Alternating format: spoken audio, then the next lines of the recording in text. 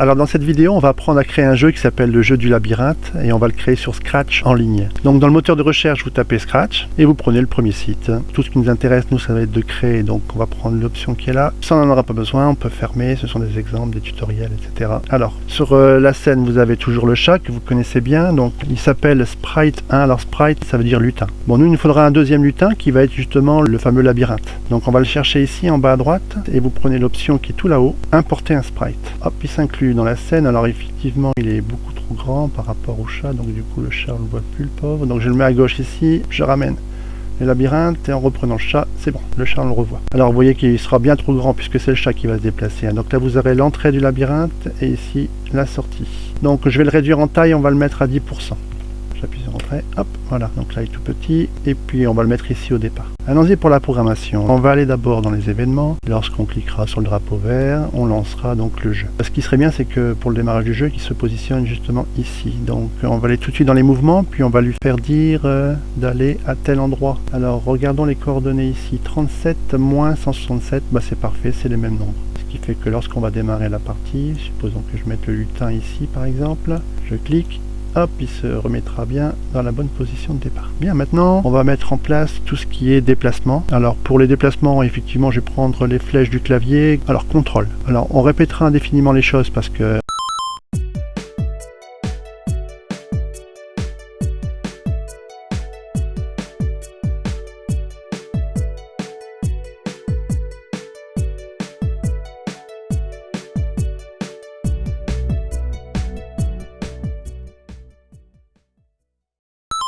Alors dans les répéter indéfiniment, on va mettre 4 si alors parce qu'il y aura gauche, droite, haut et bas pour les déplacements. Capteurs. Les capteurs, c'est ce qu'on capte. Par exemple, on peut capter quelque chose qui vient de la souris ou capter quelque chose sur le clavier. Donc ici, on va prendre l'option si la touche espace est pressée. Bon, j'en mets 4 tout de suite. Alors, c'est pas la touche espace pour nous, ça sera les flèches du clavier.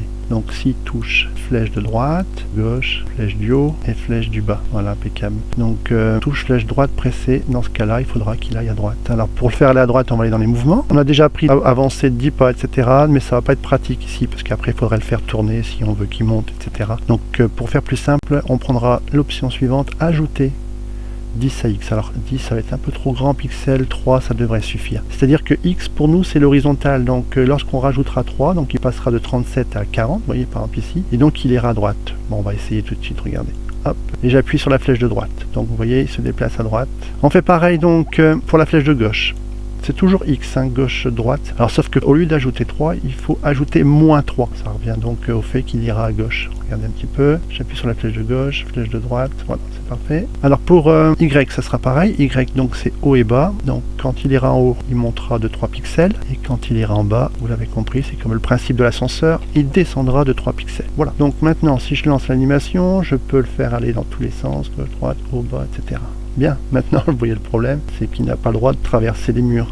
Sinon ça serait trop facile. Alors on va s'occuper de ce problème. Alors dans les contrôles, on va prendre si et alors qu'on va mettre juste en dessous des ajoutés en bleu, pareil pour les autres. Alors supposons que on veut aller à droite et puis il y a le mur justement. Donc il va ajouter 3, donc a priori il va passer à travers le mur. Donc finalement, pour le remettre dans sa position de départ pour éviter qu'il y aille, il faudrait retirer 3x au moment où il va traverser le mur. Alors le fait qu'il traverse le mur, c'est également quelque chose qu'on va capter. On va capter qu'il va toucher une certaine couleur. Le personnage, donc le chat. On va chercher la couleur noire ici. Il suffit de mettre la luminosité à 0. Donc si la couleur noire est rencontrée, donc touchée par le chat, alors dans ce cas-là, demi-tour, on va ajouter moins 3x.